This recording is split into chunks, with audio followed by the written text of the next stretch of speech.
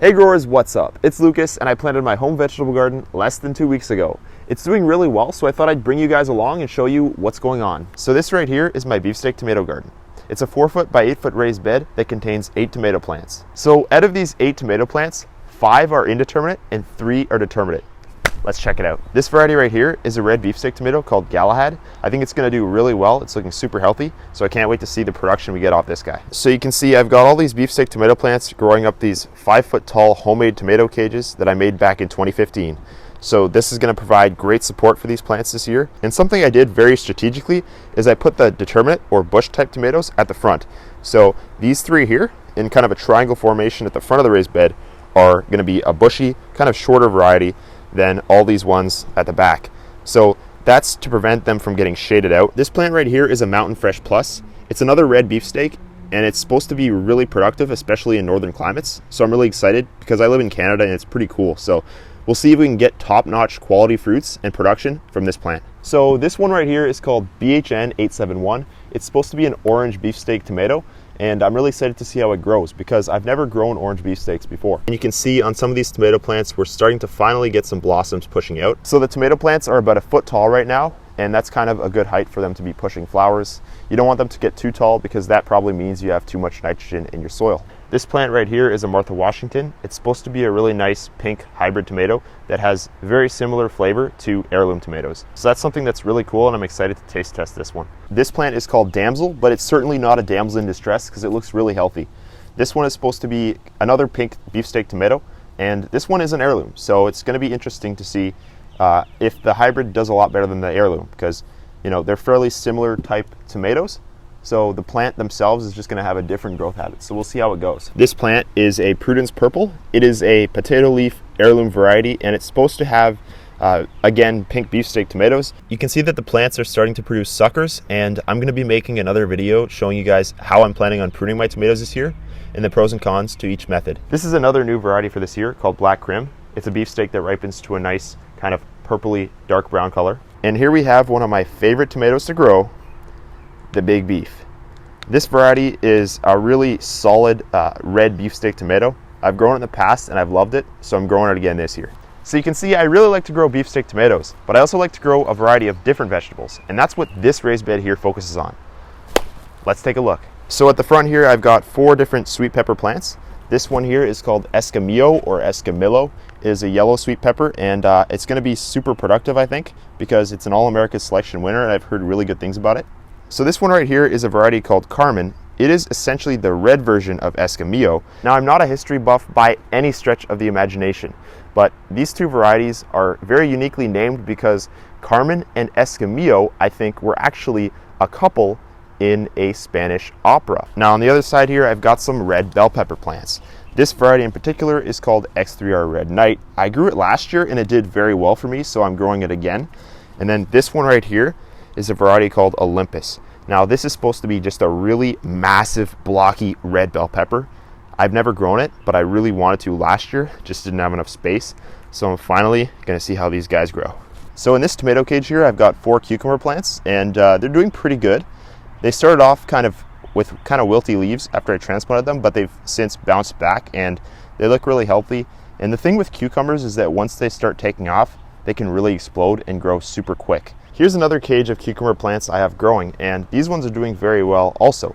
But unfortunately, I'm having some trouble with cucumber beetles eating some of the leaves. So that's a bit of an issue. I've been trying to prevent the problem by applying some white powder, which I'm not going to tell you what it is in this video because I'm going to make another video on that. This is kind of worrisome for me because really, if the damage gets too bad, these plants are just not going to make it. They're going to just get absolutely demolished by these cucumber beetles. I think that once these plants really start to grow quick, it's not going to be much of an issue because there's really not that many at this point, knock on wood. So the varieties I'm growing in these 2 cages are Bristol and Corinto.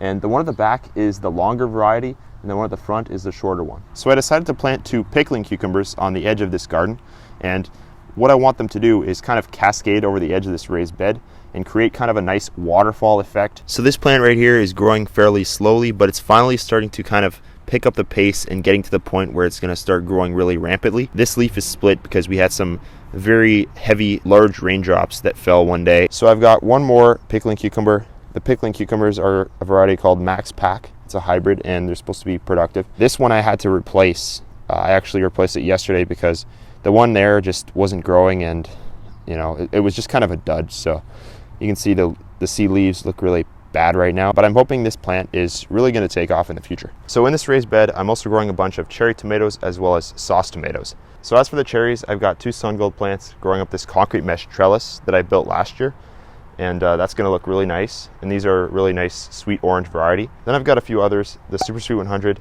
black cherry, and white cherry. This year I'm also growing some sauce tomatoes, which is new for me because I've never really grown sauce tomatoes. And this variety is called Granadero. This one is called San Marzano. And this one is not exactly a sauce tomato. It's more like a kind of large grape type tomato, but it's a little larger than a grape. This variety is called Blush. So that's how the 2 raised beds look, but now let's check out the potted plants. So in the pots here, I've got mostly peppers. I've got a variety called Glow. It's an orange sweet pepper. Got Islander Bell. It's a purple bell pepper, which is really cool. And this one is an El Jefe, which is a jalapeno. It's one of the most popular peppers in the world, the jalapeno. It's not that hot. So it's kind of medium. You can throw it in salsa or whatever. It's a really good all-around pepper. And then this right here, this is something new for me this year. It's called eggplant. I'm sure you've heard of it, but this variety in particular is called Fairy Tale. This one is a mini striped purple and white eggplant. So it's going to be really cool to see how these ones do. And then this is another eggplant, but this one is called Traviata. It's a nice large Italian eggplant variety, and so far these plants are looking a little ratty.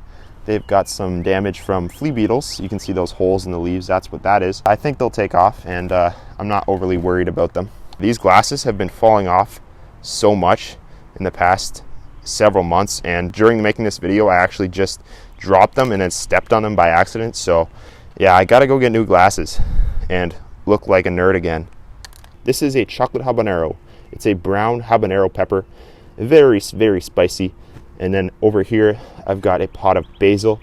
If you're interested in seeing how I planted this basil, check out the video that I made on how I did this, link down below in the description. And this here is a sunrise sauce tomato plant. This is supposed to be a really good tomato plant for containers.